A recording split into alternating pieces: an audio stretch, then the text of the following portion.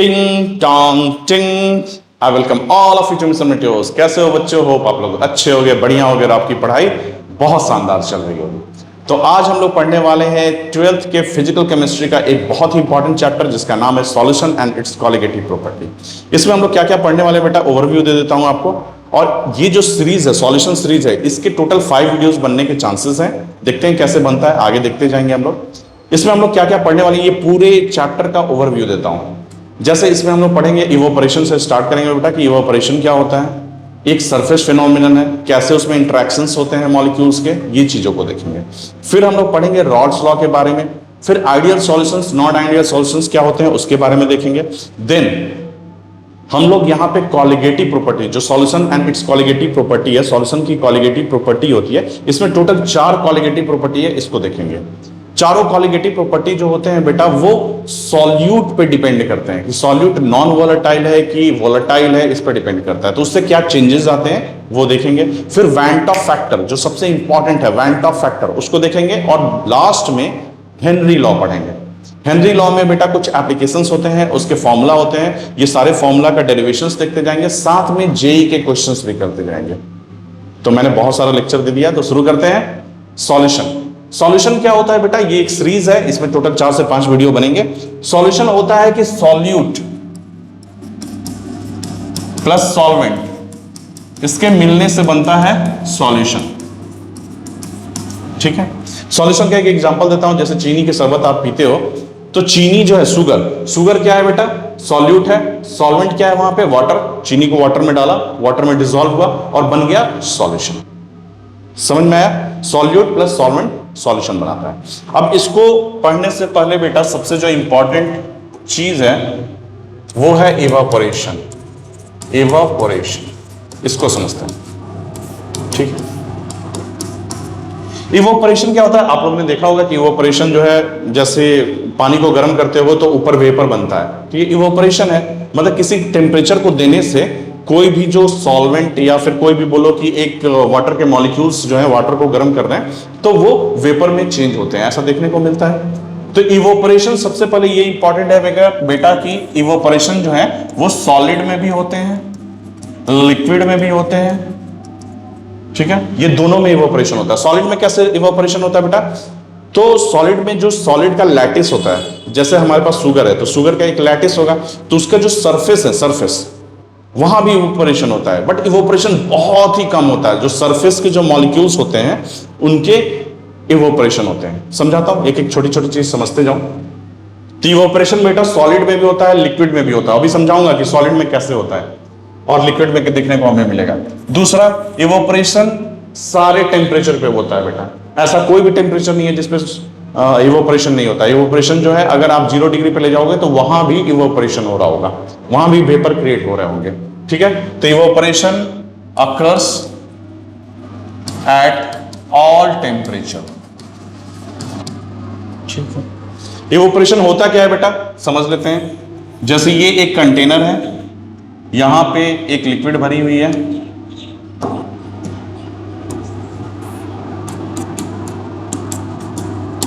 अब ये लिक्विड है बेटा, तो लिक्विड के मॉलिक्यूल्स होंगे।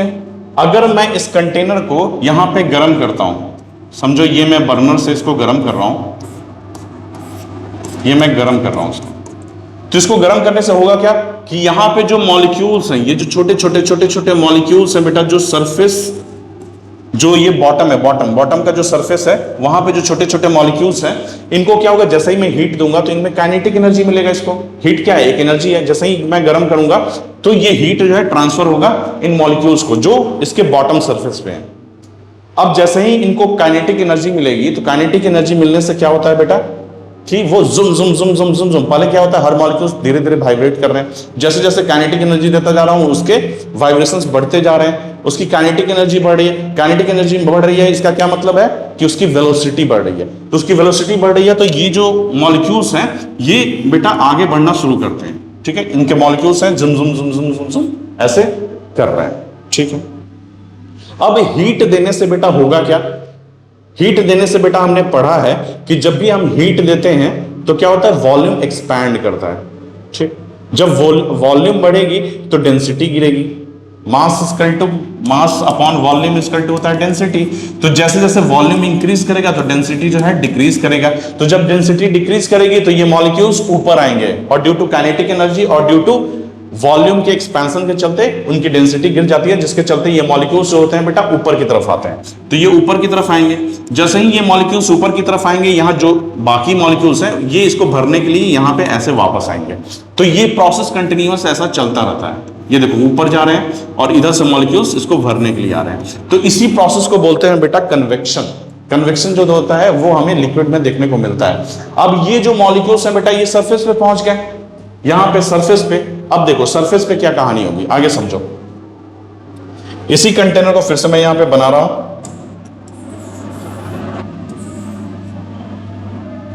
अच्छा, यहां पे दिख रहा होगा आपको फ्लैग बेटा। तो हमेशा हमें अपने कंट्री का नाम ऊंचा करना चाहिए, अपने मम्मी पापा का नाम ऊंचा करना चाहिए। सो दिस इज इंपॉर्टेंट कि हम जो भी काम करें अपने सोसाइटी के लिए करें, अपने सोसाइटी के लिए करें, और अपने मम्मी पापा, अपनी फैमिली, अपने फ्रेंड्स सबके लिए करें। ठीक है। तो चलो, ये मॉलिक्यूल्स जो है बेटा नीचे से ऊपर पहुंच गए। दिखाई दे रहा है आपको ब्लू येलो कलर? मैं एक बार कैमरा में देख लूं कि दिखाई दे रहा है कि नहीं दे रहा है। हाँ, दिखाई दे रहा है, बट रेड कर देता हूं थोड़ा और अच्छे से दिखाई देगा।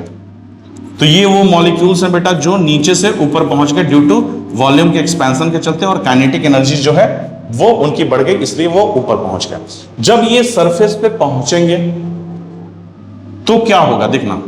अब ये कुछ मॉलिक्यूल्स तो नीचे भी हैं, सरफेस से नीचे ये मॉलिक्यूल्स हैं। अब इसको समझना। तो ये जो सरफेस से नीचे वाले मॉलिक्यूल है बेटा, इनको बोलते हैं बल्क मॉलिक्यूल। इसको क्या बोलते हैं? Bulk molecule. और जो सरफेस पे मॉलिक्यूल है उसको क्या बोलते हैं? Surface molecule. Surface molecule. ठीक है। अब मुझे ही बताओ, ये जो मॉलिक्यूल है बेटा, समझो ये मॉलिक्यूल को हम देख रहे हैं, ये मॉलिक्यूल दिख रहा है कैमरा में। तो ये मॉलिक्यूल को अगर हम देखेंगे तो इसका इंटरेक्शन बेटा चारों तरफ से है, चारों तरफ इसके मॉलिक्यूल्स हैं। तो चारों तरफ अगर मॉलिक्यूल्स हैं तो सबके बीच में एक अट्रैक्शन फोर्स होगा। एक मॉलिक्यूल है, उसके चारों तरफ मॉलिक्यूल्स हैं, चारों तरफ स्फीयर में देखो चारों तरफ मॉलिक्यूल्स हैं। तो चारों तरफ से इंटरेक्शन फोर्स है बेटा। कौन सा फोर्सेस है? वैन डर वाल फोर्सेस है। ठीक है। या फिर हो सकता है कि दूसरे भी और फोर्सेस देखने को मिले, बट वैन डर वाल फोर्सेस तो होंगे ही दो मॉलिक्यूल के बीच में। तो अगर ये वैन डर वाल फोर्सेस इनके बीच में अट्रैक्शन फोर्स है, चारों तरफ से अट्रैक्शन फोर्सेस हैं, तो मुझे बताओ ये बल्क मॉलिक्यूल का तो हमने देख लिया कि बल्क मॉलिक्यूल जो है वो चारों तरफ से फोर्स ऑफ अट्रैक्शन से कनेक्टेड है, एक बीच में चारों तरफ से कनेक्टेड। सरफेस मॉलिक्यूल की बात कर लेते हैं। सरफेस मॉलिक्यूल जो होंगे बेटा वो तो नीचे की तरफ देखो केवल कनेक्टेड है, फोर्स ऑफ अट्रैक्शन से। ऊपर तो मॉलिक्यूल है ही नहीं। तो ऊपर जब मॉलिक्यूल नहीं है तो ऑलमोस्ट हाफ इनका इंटरेक्शन कम हो गया। फोर्स ऑफ अट्रैक्शन जो है ये हाफ कम हो गया, क्योंकि यहां पे देखो यहां चारों तरफ है, सरफेस पे क्या है? नीचे की तरफ है बेटा। जो नीचे वाले मॉलिक्यूल्स होंगे वही इसको ऐसे ऐसे खींचेंगे। देखो ऐसे ऐसे खींचेंगे, ऐसे ऐसे खींच रहे हैं।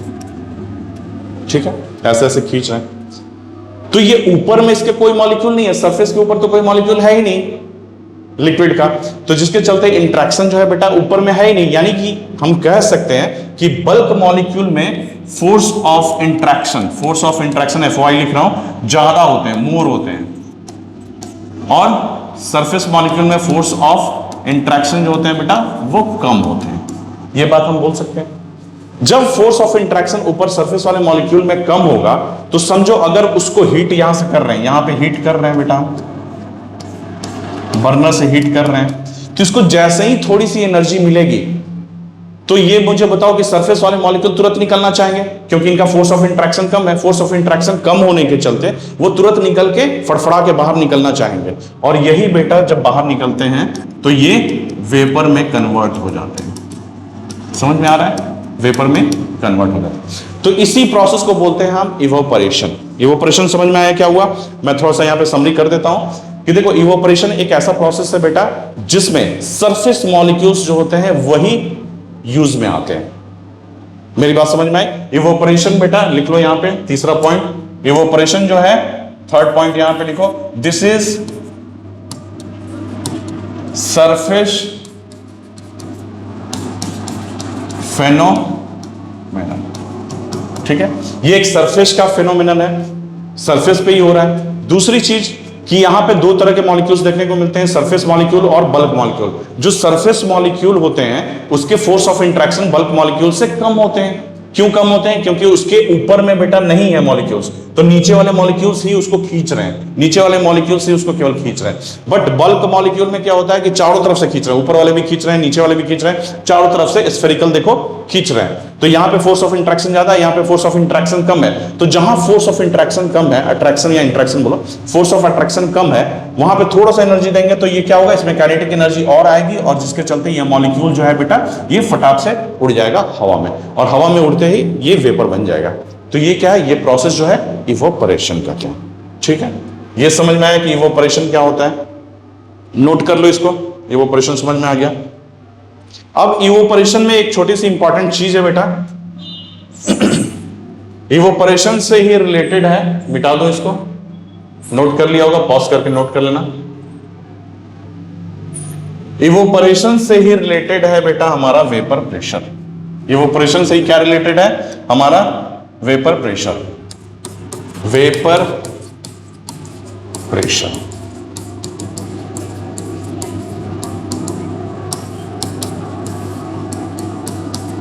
ठीक, वेपर प्रेशर क्या होता है इसका डेफिनेशन देख लेते हैं। तो वेपर प्रेशर जो होता है बेटा एट इक्विलिब्रियम, इक्विलिब्रियम क्या मैं समझाऊंगा, equilibrium pressure exerted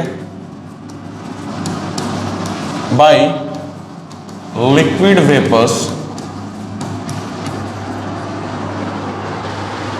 on surface of liquid, pressure exerted by the liquid vapor pressure, liquid vapor on surface of liquid called vapour pressure. इसका जो बहुत अच्छा डेफिनेशन है बेटा वो जाके आपने अपने एनसीईआरटी बुक्स में देख लेना, ठीक है। मैं इसको समझा देता हूं, ये समझाने वाली जो चीज है वो मैंने लिख दी है। तो वेपर प्रेशर होता क्या है अब समझना इसको। ये जैसे एक ओपन कंटेनर है, ओपन कंटेनर है, यहां पे लिक्विड को हमने बेटा गर्म किया, ये जो लिक्विड है इसको हमने गर्म किया, ठीक है। ये बर्नर है, गर्म हो रहा है यहां से। तो लिक्विड को जब हमने गर्म किया बेटा तो यहां पे क्या होगा, नीचे वाले मॉलिक्यूल्स ऊपर आएंगे, ऊपर आके और फिर उनका इवोपरेशन शुरू हो जाएगा। तो जब इवोपरेशन होगा बेटा तो ये जो ओपन सिस्टम है, ये ओपन है, ओपन सिस्टम। तो ओपन सिस्टम में होगा क्या, सारे मास जो है निकल जाएंगे बाहर। ये जो वेपर है ये खुला है यहां से, तो यहां से बाहर निकल जाएंगे। तो यहां से जब बाहर निकल जाएंगे तो मैं बोल रहा हूं कि एट इक्विलिब्रियम, इक्विलिब्रियम में समझाऊंगा कि क्या होता है, pressure exerted by the liquid vapour pressure on the surface of liquid. अब ये जो वेपर प्रेशर है, ये जो वेपर है, सॉरी ये जो लिक्विड वेपर है, ये एक्सर्ट प्रेशर कर ही नहीं पाएंगे इसके ऊपर, क्योंकि ये तो निकल गए, इनका रास्ता निकलने का, तो ये एक्सर्ट कैसे करेंगे प्रेशर, तो यहां तो प्रेशर एक्सर्ट कर ही नहीं सकते हैं। तो जब ऐसे में प्रेशर एक्सर्ट नहीं करेंगे तो यहां पे एक छोटी सी इंपॉर्टेंट बात है जिसको पकड़ लो कि ओपन सिस्टम में वेपर प्रेशर की बात, वीपी वेपर प्रेशर की बात हम नहीं करेंगे। ये बेटा क्या है, गुनाह है, गुनाह, क्राइम। ये ओपन सिस्टम में कभी भी वेपर प्रेशर की बात नहीं करना है। तो फिर किस में करना है, क्लोज कंटेनर में करना है। तो क्लोज कंटेनर में मैं यहां पे बना देता हूं, ये हो गया क्लोज कंटेनर, और ये हो गई लिक्विड। अब मैं इसको बेटा गर्म कर रहा हूं, अब मैं इसको गर्म कर रहा हूं, ठीक है, इसको गर्म कर रहा हूं। तो जब मैं गर्म करूंगा इसको बेटा तो यहां पे क्या होगा, इसके मॉलिक्यूल जो सरफेस वाले मॉलिक्यूल्स हैं ये यहां पे वेपर में आ जाएंगे, ठीक है, वेपर्स में आ जाएंगे। तो ये जो मॉलिक्यूल्स हैं, ये जो वेपर के जो मॉलिक्यूल्स हैं, वेपर के मॉलिक्यूल्स, यही बेटा हिट करते हैं कंटेनर को, चारों तरफ से कंटेनर को हिट करते हैं। तो मॉलिक्यूल्स में काइनेटिक एनर्जी है, काइनेटिक एनर्जी के चलते क्या होंगे, वो वॉल पे हिट करेंगे।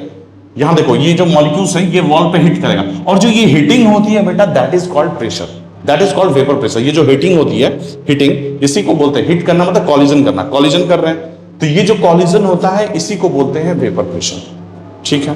तो ये वेपर प्रेशर कब होगा, जब क्लोज कंटेनर होगा, नहीं तो ये तो वेपर निकल जाएंगे, तो कॉलिजन करेगा ही नहीं, कॉलिजन करेगा ही नहीं तो वेपर प्रेशर बनेगा ही नहीं। तो ये जब हम क्लोज कर देंगे तो ये कि मॉलिक्यूल्स जो है कभी इधर टकरा रहा है, कभी इधर टकरा रहा है, कभी इधर टकरा रहा है, कभी इधर टकरा रहा है, कभी ये लिक्विड के ऊपर जो है बेटा यहां पे हीटिंग कर रहा है लिक्विड के सरफेस को, तो ये जो हीटिंग है, जो कॉलिजन है, यही वेपर प्रेशर क्रिएट करता है। ठीक, ये बात तो समझ में आई। अब एक चीज समझो यहां पे कि ये जो वेपर प्रेशर जो होगा, ये देखो ऐसे हीटिंग हो रहा होगा, perpendicular to the surface heating चल रहा होगा। ठीक है, ऐसे ही लेते हैं, वेपर प्रेशर जो होता है बेटा हीटिंग करता है, तो उसी के चलते वेपर प्रेशर बनते हैं, और वेपर प्रेशर जो होता है परपेंडिकुलर टू द सरफेस लेते हैं। ठीक, ऐसा वेपर प्रेशर होगा। अब ये बताओ कि यहां पे डेल्टा एम क्या है बेटा? जीरो, मास बाहर नहीं निकल पा रहा है, तो delta M equal to zero भी लिख दे, तो इसका क्या मतलब है कि अगर delta M equal to zero है, इसका मतलब है कि यहां पे हम जो कंटेनर ले रहे हैं, वो कंटेनर जो होगा बेटा वो क्लोज कंटेनर होगा। ठीक है, अब ये जो लिक्विड बेटा यहां पे प्रेशर क्रिएट किया है, जो लिक्विड जो है यहां पे प्रेशर क्रिएट किया है, इसी प्रेशर को बोलते हैं, ये अगर प्योर लिक्विड है, if this is pure liquid, इसमें कुछ भी मिक्स नहीं किया गया है, तो इसी को बोलते हैं, अगर ये लिक्विड का नाम मैं ए दे रहा हूं, कोई सब्सटेंस है, ए सब्सटेंस है, और वो प्योर लिक्विड है, प्योर लिक्विड, तो ये जो वेपर यहां पे प्रेशर क्रिएट करेगा, इसको बोलेंगे पी नॉट ए। अब यहां पे समझना हमें बेटा कि इक्विलिब्रियम का मतलब क्या है। क्या कोई भी प्रेशर जो होगा वो पी नॉट ए होगा? नहीं, कोई भी प्रेशर होगा वो पी नॉट ए होगा? नहीं होगा। क्यों नहीं होगा बताता हूं।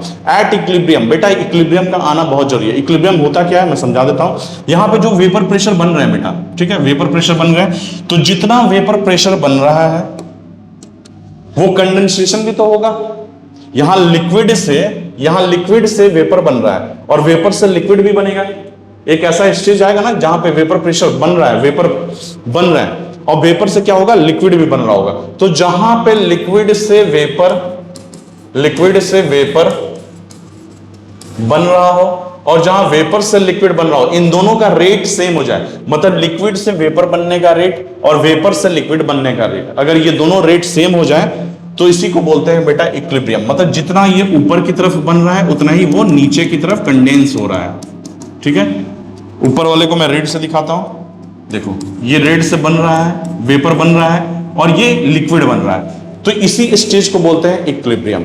तो जो इक्विलिब्रियम के समय जो प्रेशर होगा, उसी को आप बोलोगे पी नॉट ए, उसी को बोलोगे वेपर प्रेशर, उसी को बोलोगे बेटा वेपर प्रेशर बोलोगे एट इक्विलिब्रियम। समझ में आया ये चीज कि वेपर प्रेशर क्या होता है? तो इसका समरी कर देता हूं बेटा मैं थोड़ा सा, कि वेपर प्रेशर वैसा प्रेशर होता है बेटा जो इक्विलिब्रियम के समय ही हम डिसाइड करते हैं। यानी rate of formation of vapour, rate of condensation के बराबर हो, उसको बोलेंगे इक्विलिब्रियम। और उस समय जो क्लोज कंटेनर पे जो प्रेशर एग्जर्ट कर रहा होगा, उसी को बोलेंगे वेपर प्रेशर। अब इसमें एक छोटा सा एक पॉइंट है जो इंपॉर्टेंट पॉइंट है, जो प्रेशर बेटा just above the liquid, just above the liquid, just above the liquid, just above the liquid जो प्रेशर एग्जर्ट होता है, उसी को वेपर प्रेशर। आपको ये डेफिनेशंस देखने को बुक्स में मिलेंगे। ठीक है, वेपर प्रेशर अच्छे से समझ में आया। वेपर प्रेशर हमेशा कब निकालते हैं? जब इक्विलिब्रियम का स्टेज हो, तभी हम निकालते हैं वेपर प्रेशर। ठीक है, इसको नोट कर लो।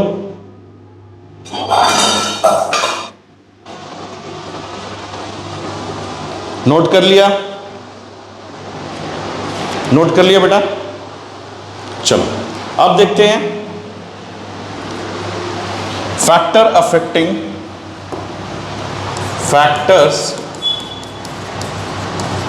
Affecting vapour pressure. Vapour pressure को किस किस चीज से इफेक्ट होता है बेटा? मतलब क्या क्या चेंजेस हम करेंगे तो वेपर प्रेशर में क्या क्या चेंजेस आएंगे। वेपर प्रेशर किस किस चीजों पर डिपेंड करता है, इसको हम लोग देखते हैं। तो सबसे पहला बात है बेटा कि इट डज नॉट डिपेंड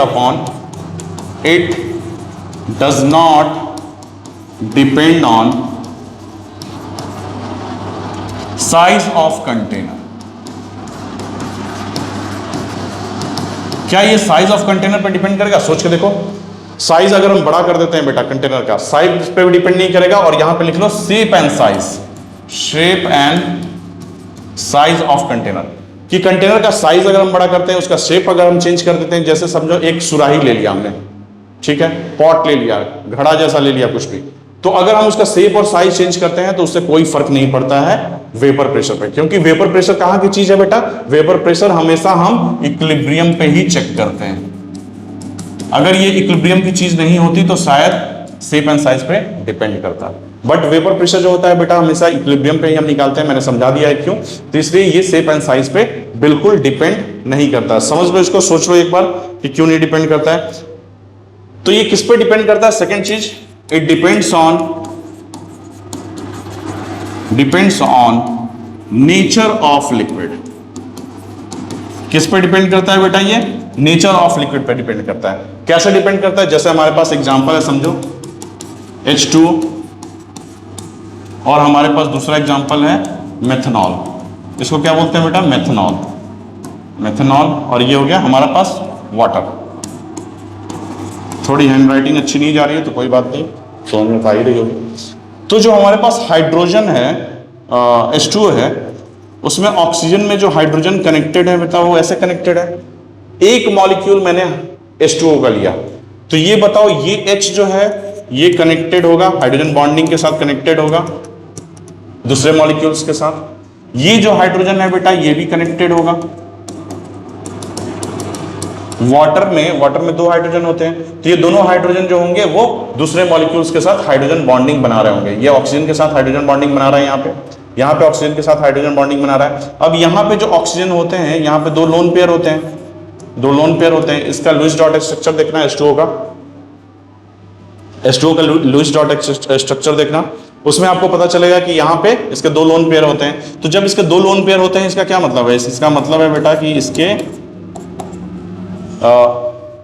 जो लोन पेयर बना हुआ है, यहाँ पे देखो ये हाइड्रोजन हुआ और ये हुआ ऑक्सीजन, ये हुआ हाइड्रोजन, तो ये बनाएगा इसके साथ हाइड्रोजन बॉन्डिंग, यहाँ भी हाइड्रोजन बॉन्डिंग बनेगा।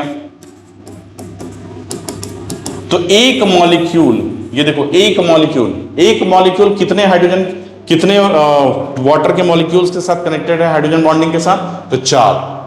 देखो 1 2 3 4, समझ में आया?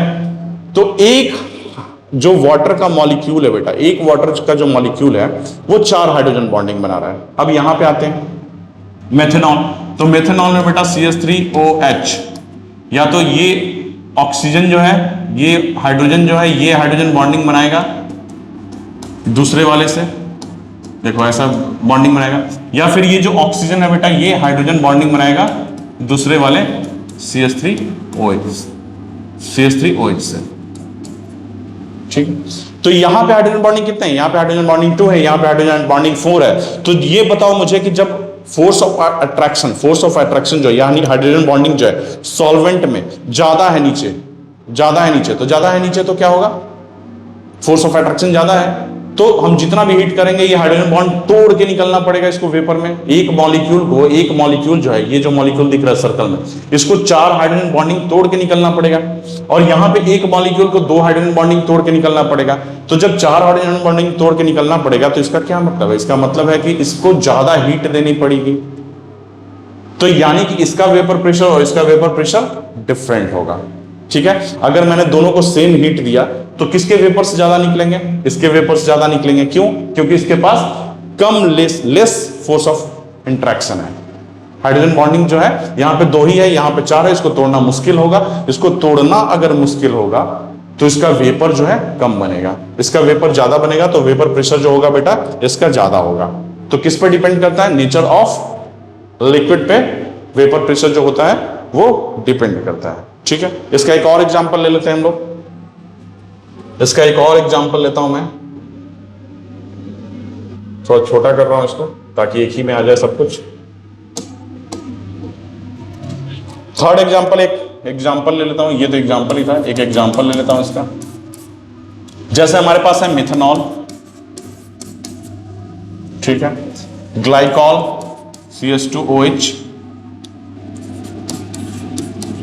CH2OH, इसको बोलते हैं बेटा ग्लाइकॉल।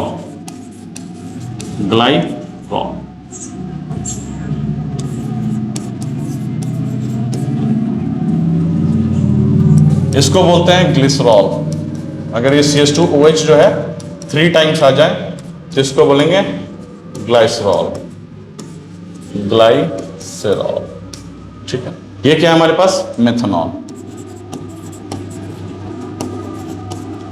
अब मुझे बताओ यहां पे 2 OH है, यहां 2 OH है, यहां पे कितने OH हैं, 3 OH है, यहां पे 2 OH है, यहां पे 1 OH है, तो हाइड्रोजन बॉन्डिंग किस में सबसे ज्यादा होगी, इसमें ज्यादा होगी, सबसे ज्यादा इसमें, उसके बाद होगी इसमें, उससे भी कम होगा।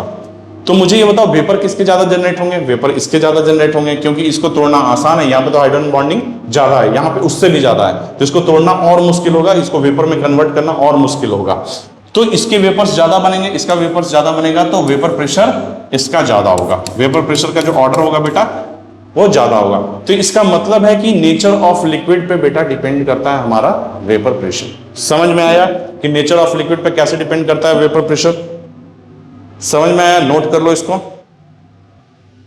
नोट कर लिया? तो यहां से एक चीज हमें निकल कर क्या आई है बेटा कि vapour pressure is inversely proportional to the force of attraction between molecules. जहां ज्यादा फोर्स ऑफ अट्रैक्शन नीचे होगा बेटा उसका वेपर प्रेशर कम होगा, ठीक है, उसके वेपर्स निकालना उतना मुश्किल होगा। तो ये चीज याद रखना, इससे हम पता कर सकते हैं कि किसका वेपर प्रेशर ज्यादा होगा, किसका वेपर प्रेशर कम होगा, ठीक है। चलो, तो अभी तक हमने किसकी बातें की, अभी तक हमने सॉल्वेंट की बातें की, अब हम बातें करते हैं सॉल्यूट की, सॉल्यूट की बातें करते हैं। सॉल्यूट, सॉल्यूट क्या होता है बेटा? जिसको सॉल्वेंट में हम डालते हैं तो सॉल्यूशन बन जाता है, ठीक है, जिसको हम सॉल्वेंट में डालते हैं तो सॉल्यूशन हमारा तैयार हो जाता है। तो सॉल्यूट जो है बेटा हमें 2 तरह के देखने को मिले हैं, 2 तरह के सॉल्यूट देखने को मिले हैं।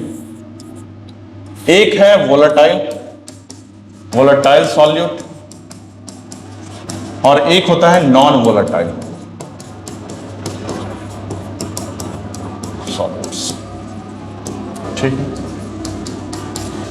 वोलेटाइल सॉल्यूट्स को क्या होंगे, नाम से ही पता चल रहा है वोलेटाइल सॉल्यूट्स, वैसे सॉल्यूट जो वोलेटाइल होते हैं बेटा, वोलेटाइल होते हैं इसका क्या मतलब है कि वो अपने वेपर को क्रिएट करते हैं। नॉन वोलेटाइल सॉल्यूट्स क्या होते हैं, जो अपने वेपर को क्रिएट नहीं करते हैं। तो वोलेटाइल सॉल्यूट्स में क्या क्या एग्जांपल हो सकते हैं, सोचो एक बार, वोलेटाइल सॉल्यूट्स में क्या क्या एग्जांपल हो सकते हैं? जैसे वाटर भी तो सॉल्यूट बन सकता है ना कभी, ऐसा नहीं है कि वाटर हमेशा सॉल्वेंट ही रहेगा। मेथनॉल जो हमेशा सॉल्वेंट होगा, उसकी वो भी सॉल्यूट बन सकता है, सॉल्वेंट कुछ और रहेगा, ठीक है।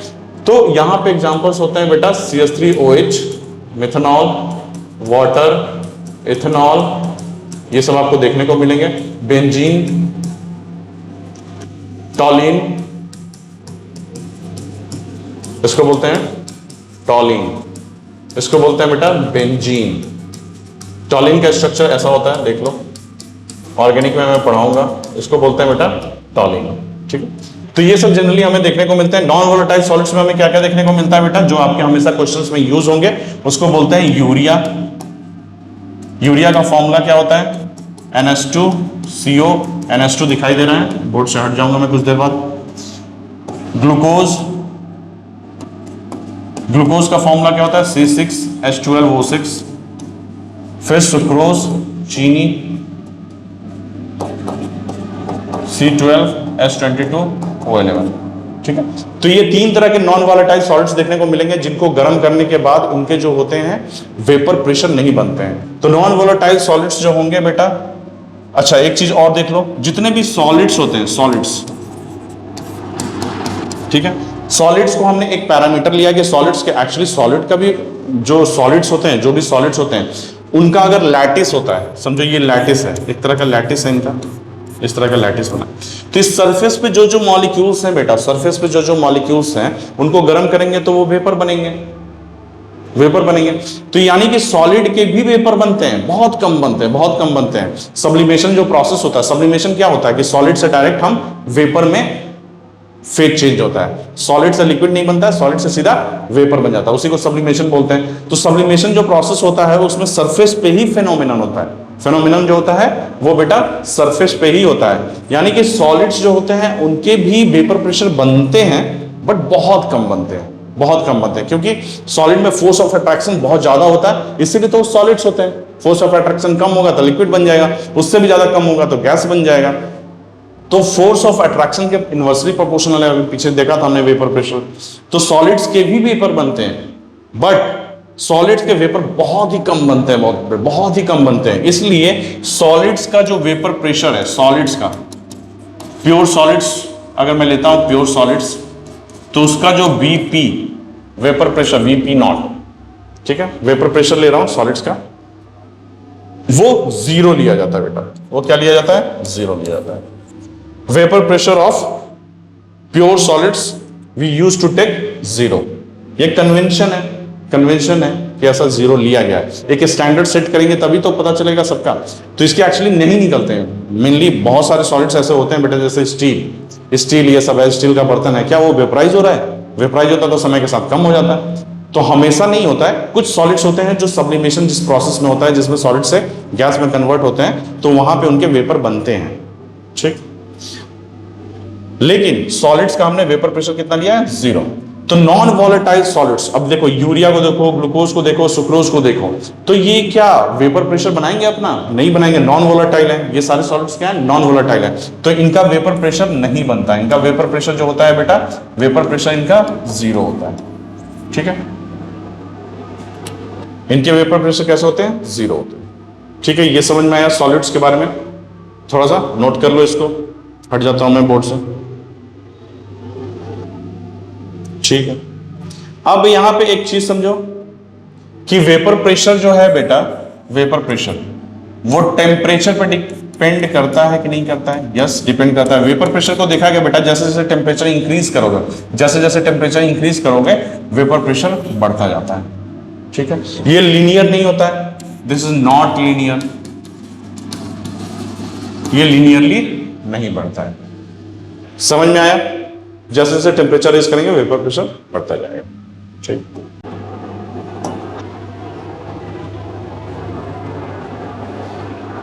तो हमें देखना है बेटा यहां पे वोलेटाइल सॉल्यूट इन सॉल्यूशन, इसकी बातें कर लेते हैं। जैसे हमारे पास यहां पे एक क्लोज कंटेनर है, तभी तो वेपर प्रेशर निकल सकता है। ये है सॉल्वेंट, सॉल्वेंट को मैं ए से दिखा रहा हूं, प्लस सॉल्यूट, ये सॉल्यूट है, प्योर है दोनों। सॉल्यूट जो है वो भी प्योर है, दैट इज बी, इसको बी से दिखा रहा हूं। ये सॉल्वेंट है, ये सॉलिड है, ये दोनों मिलके क्या बनाएंगे? सॉल्यूशन बनाएगा, ठीक है। क्लोज कंटेनर सॉल्यूशन, सॉल्यूशन ही है। अब मुझे ये बताओ कि सॉल्वेंट का ए जो है, यहां पे सरफेस मॉलिक्यूल इसके ए ऐसे होंगे, these are the surface molecules, A. इसके बल्क मॉलिक्यूल्स नीचे होंगे, बल्क मॉलिक्यूल्स हैं ये सब, ठीक है। साइज बड़ा नहीं हुआ है, सब साइज सेम रहता है मॉलिक्यूल्स का। सॉलिड बी, ये सरफेस मॉलिक्यूल्स इसके, ये थोड़ा अच्छे से दिख नहीं रहा होगा बेटा, ये बी है सरफेस मॉलिक्यूल, ये बल्क मॉलिक्यूल। अब इन दोनों को मिक्स करेंगे तो होमोजेनियस मिक्सचर जो हमारे पास बनेगा बेटा, उसमें क्या होगा? ए यहां पे होगा, फिर बी होगा, फिर ए होगा, फिर बी होगा, फिर ए होगा, फिर बी होगा, फिर ए होगा, फिर बी होगा, फिर ए होगा, फिर बी होगा, फिर ए होगा, फिर बी होगा। पक्की सी बात है, ये होगा। होमोजेनियस मिक्सचर है तो ए बी करके ऐसा हमें देखने को पैटर्न मिलेगा। अब मुझे ये बताओ कि इसका वेपर प्रेशर, ये जो वेपर प्रेशर, इसका वेपर प्रेशर कितना होगा? पी नॉट ए, प्योर बता दिया था मैंने, प्योर है सॉल्वेंट, ये भी प्योर है बी, तो इसका क्या होगा vapour pressure? P not B होगा। ये जो वेपर प्रेशर होगा यहाँ पे जो एग्जर्ट कर रहा होगा प्रेशर, वो पी नॉट बी होगा। यहां पे बताओ मुझे वेपर प्रेशर कितना होगा? तो यहां पे वेपर प्रेशर मैं लेता हूं पी टोटल, इन दोनों का टोटल होगा। तो ये कहां से निकल कर आएगा? यहां पे जो होगा वेपर प्रेशर वो कितना होगा? क्योंकि यहां पे अब ए बी का पैटर्न में बेटा है, केवल ये रहता तो पी नॉट ए लिख देते, बी रहता तो पी नॉट बी लिख देते। क्या ये पी टोटल होगा? P not A plus P not B, ऐसा होगा? नहीं, ये नहीं होगा। इसका रीजन क्या है बेटा?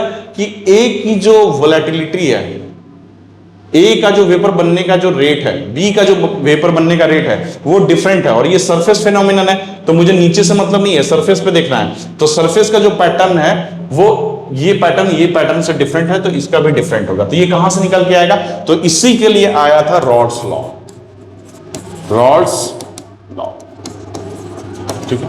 रॉड्स लॉ में बताया गया था बेटा कि the partial pressure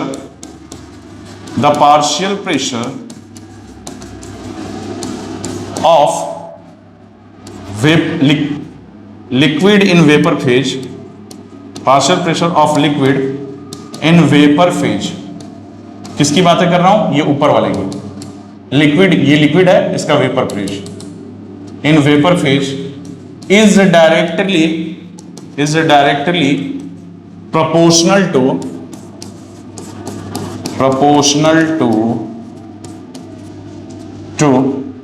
mole fraction. अब ध्यान देना, मोल फ्रैक्शन जिसको हम लोग जीटा से डिनोट करते हैं बेटा, ये जीटा होता है, मोल fraction of liquid in solution. मतलब बोल रहा है कि यहां का जो वेपर प्रेशर होगा, जो भी यहां पे वेपर प्रेशर होगा, that will be directly proportional to the mole fraction of that liquid in solution. ये सॉल्यूशन है हमारा, ये सॉल्यूशन है, तो इसमें जो ए का मोल फ्रैक्शन होगा, ए का जो मोल फ्रैक्शन होगा और बी का जो मोल फ्रैक्शन होगा, और यहां ए का जो वेपर होगा और बी का जो वेपर होगा, वो वेपर डायरेक्टली प्रोपोर्शनल होगा इस मोल फ्रैक्शन से। समझ में आया? तो इसी को लिखा जाता है बेटा, इसी को मैं दूसरे तरीके से लिख देता हूं, मूव करके थोड़ा इसको छोटा करता हूं कि एक ही में आ जाए सब कुछ। दिखाई दे रहा है आपको? तो यहां पे बोल रहा है कि यहां पे जो प्रेशर ऑफ ए होगा, यहां पे pressure actually pressure of A plus pressure of B होगा। अच्छा, pressure of A plus pressure of B क्यों करेंगे टोटल प्रेशर के लिए? तो यहां पे छोटा सा एक चीज पढ़ लेता है, डाल्टन्स के दो लॉ थे। डाल्टन्स ने दो लॉ दिया था बेटा, डाल्टन्स लॉ। क्या क्या था? पहला कि अगर किसी कंटेनर में पीए है, एक प्रेशर पीए है और दूसरा प्रेशर पीबी है, समझो ये दो प्रेशर है, तो ये टोटल प्रेशर जो होगा बेटा उसको हम कह सकते हैं पीए प्लस पीबी। समझो एक क्लोज कंटेनर है जहां पे एक गैस है, हमारे पास CO2 एक गैस ले लेता हूं जिसका वेपर प्रेशर है पीए है, और एक गैस ले लेता हूं सल्फर डाइऑक्साइड जिसका वेपर प्रेशर पीबी है। तो यहां पे जो टोटल वेपर प्रेशर होगा बेटा वो पीए प्लस पीबी होगा। समझ में आया? दोनों को ऐड कर देना। ये डॉल्टन ने फर्स्ट लॉ में बोला था, ये फर्स्ट लॉ में ऐसा बोला था।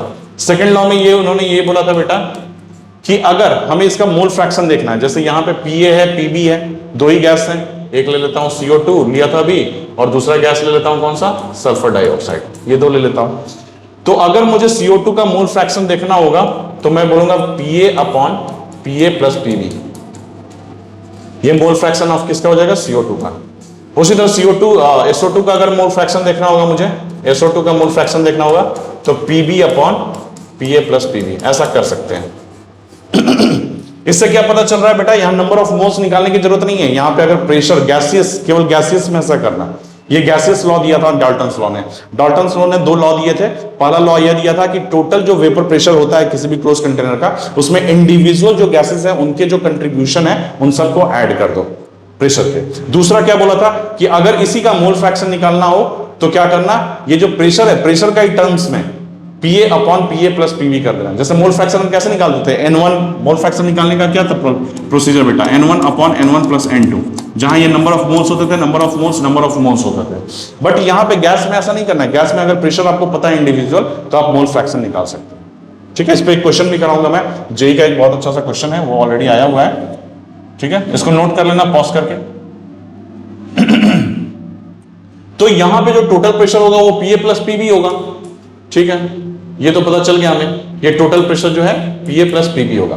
अब PA हमारे रॉड्स लॉ से PA क्या होगा बेटा, that it will be directly proportional to the zeta of A in solution. इसमें जो जीटा है, इसमें जो मोल फ्रैक्शन ऑफ A है उसके डायरेक्टली प्रोपोर्शनल होगा। तो क्या यहां पे PB को भी मैं लिख सकता हूं इस तरह से कि जीटा ऑफ B लिख सकता हूं। तो ये किसी एक को सॉल्व करते हैं, PA proportional to the zeta A। अब ये प्रोपोर्शनलिटी को हटाने के लिए क्या करना पड़ेगा, हमें यहाँ पे प्रोपोर्शनलिटी कांस्टेंट डालना पड़ेगा।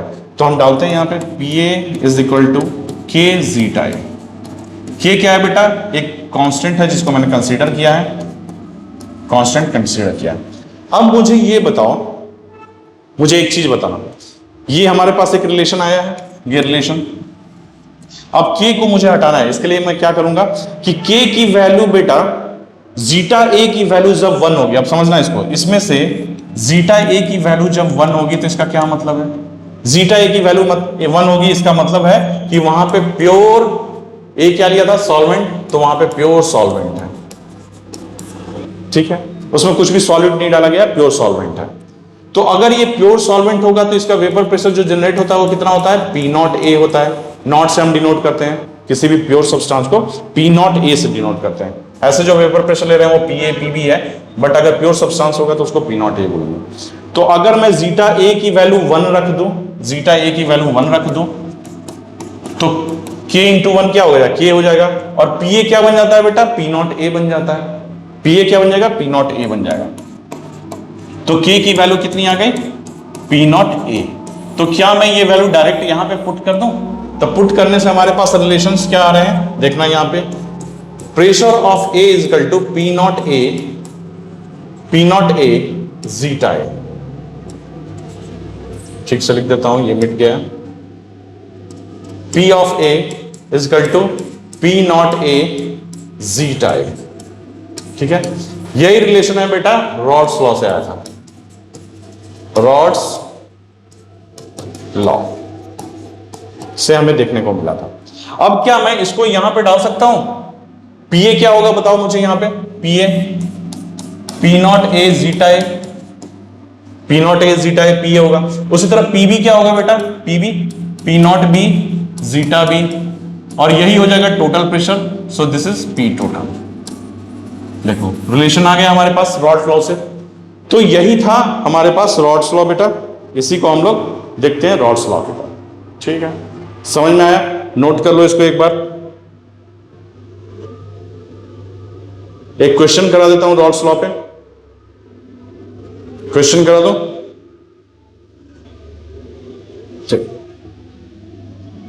चलो क्वेश्चन है हमारे पास बेटा,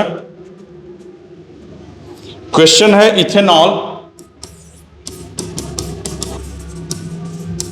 इथेनॉल दिया हुआ है हमारे पास 0.92 ग्राम, जिसका फॉर्मूला क्या होता है इथेनॉल का, C2H5OH होता है। ठीक, और हमारे पास मेथनॉल भी इसमें मिक्स किया हुआ है, मेथनॉल है, ये है 0.32 ग्राम है। ठीक है, पी नॉट इथेनॉल दिया हुआ है, ये है बेटा 55 mmHg। मेथनॉल का भी दिया हुआ है, पी नॉट मेथनॉल। ये क्वेश्चन जो है ऑलरेडी जेई में आया हुआ है बेटा, एक बार 50 mmHg, इस तरह के क्वेश्चंस आए हुए हैं already. Find first P of ethanol, P of ethanol मतलब pressure of ethanol and pressure of methanol. दूसरा क्या है, दूसरा निकालना है आपको P टोटल, P टोटल। तीसरा क्या निकालना है, मोल फ्रैक्शन। अब यहां ध्यान देना, डॉल्टन्स लॉ जो मैंने अभी बताया था, 2 mole fractions of P and PM in vapour phase.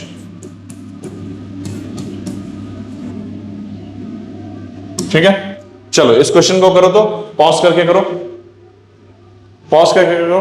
Methanol का क्या फॉर्मूला होता है बेटा, CH3OH होता है। तो मैं करूं, पॉज कर लो, करो, मैं कर रहा हूं। यहां पे हमारे पास C2H5 है बेटा, C2H5OH इथेनॉल, C2H5OH। इसका मॉलिक्यूलर मास कितना होता है, मॉलिक्यूलर मास बताओ मुझे, 24 + 5 + 16 + 1, तो कितना हो गया, 29, 29 1 30 46 हो गया। सो दिस इज 46। CH3OH का कितना होता है, ये सब आना चाहिए, कार्बन का 12 + 3 + 16 + 1 15 15 16 31 31 + 1 32। सो दिस इज 32। मोलर मास इसका 46 ग्राम और इसका 32 ग्राम। तो इसका नंबर ऑफ मोल्स निकाल सकते हैं। तो number of moles of C2H5OH का कितना हो जाएगा, number of moles 0.92 divided by 46। सो ये हो गया 0.02। अब हमारे पास नंबर ऑफ मोल्स मेथनॉल का कितना होगा, ये निकाल लेते हैं। तो ये हो गया कितना 0.32 ग्राम दिया हुआ है, तो इसका 32 से डिवाइड करेंगे तो ये हो जाएगा 0.01। अब मोल फ्रैक्शन तो निकाल ही सकते हैं बेटा, रॉल्स लॉ के लिए हमें मोल फ्रैक्शन निकालना पड़ेगा ना, पी ऑफ इथेनॉल। इन दोनों को मिक्स किए हैं तो इन दोनों को ऐड नहीं कर सकते हैं, ऐड क्यों नहीं कर सकते हैं रॉल्स लॉ के हिसाब से, तो पी इथेनॉल निकालने के लिए हमें मोल फ्रैक्शन निकालना पड़ेगा। तो मोल फ्रैक्शन इसका निकाल लेते हैं, इसका मोल फ्रैक्शन कितना हो जाएगा 0.02 प्लस, अच्छा नीचे हो जाएगा 0.02 upon 0.02 plus 0.01, so this is 2/3 आया। इसका कितना आया मोल फ्रैक्शन 0.01, ये मोल फ्रैक्शन निकालना तो आता होगा आप लोगों को, तो ये हो गया 1/3, ये हो गया 2/3, ये हो गया 1/3 बेटा। अगर ये 2/3 है, ये 1/3 है, तो हम पी इथेनॉल निकाल सकते हैं। रॉल्स लॉ क्या बोलता है बेटा, पी ऑफ इथेनॉल अगर निकालना है तो हमें क्या करना होगा, हमें P not ethanol zeta ethanol लेना पड़ेगा। तो पी नॉट इथेनॉल दिया हुआ है हमारे पास, पी नॉट इथेनॉल कितना दिया है 55, जी नॉट ई निकाल चुके हैं, इथेनॉल का निकाल चुके हैं 2/3, सो दिस इज 2/3, सो 110/3। ये प्रेशर आ गया किसका, इथेनॉल का। मेथनॉल का भी देख लेते हैं इसी तरह, P of methanol, P not of methanol into zeta of methanol. तो पी नॉट ऑफ मेथनॉल कितना है हमारे पास 50 इंटू जीटा ऑफ मेथनॉल कितना है 1/3, सो this is 50/3।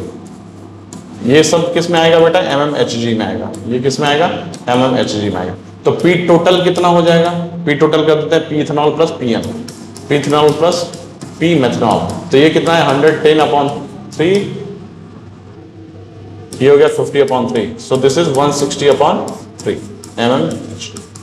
So P total निकल गया, पी इथेनॉल निकल गया, पी टोटल भी निकल गया, मोल फ्रैक्शन ऑफ पीई। अब देखो मोल फ्रैक्शन, तो डाल्टन्स लॉ ने क्या बोला था कि जो हमारे यहां पे वेपर बन रहा होगा, समझो ये क्लोज कंटेनर है, यहां पे इथेनॉल है और मेथनॉल है, ठीक है, तो इसका वेपर बन रहा होगा यहां पे, तो पी ऑफ, अगर ये वेपर में, वेपर फेज में बोल रहा है बेटा कि पीई और पीईएम का मोल फ्रैक्शन निकालना है, ऑफ पी और पीएम इन वेपर फेज में जो है उसका मोल फ्रैक्शन निकालना है।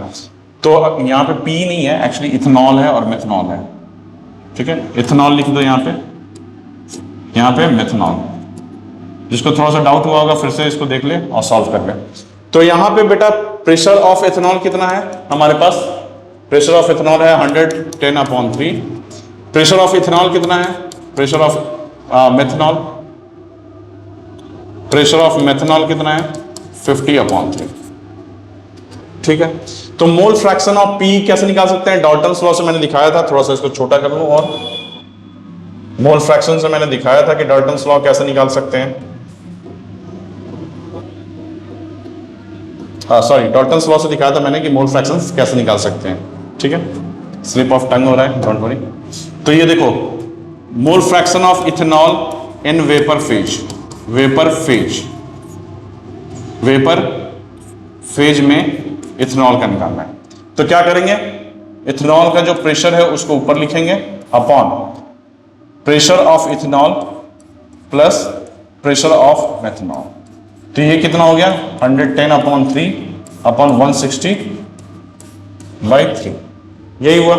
तो इसका मोल फ्रैक्शन कितना हो गया बेटा 110/160। अब यहां समझना 11/16 आया था हमारा पास मोल फ्रैक्शन, इसको जीटा नहीं, इसको वाई से जनरली डिनोट करते हैं, वाई ऑफ ई, ठीक है, वाई से मैं डिनोट कर दे रहा हूं, जनरली डिनोट करते हैं बुक्स में।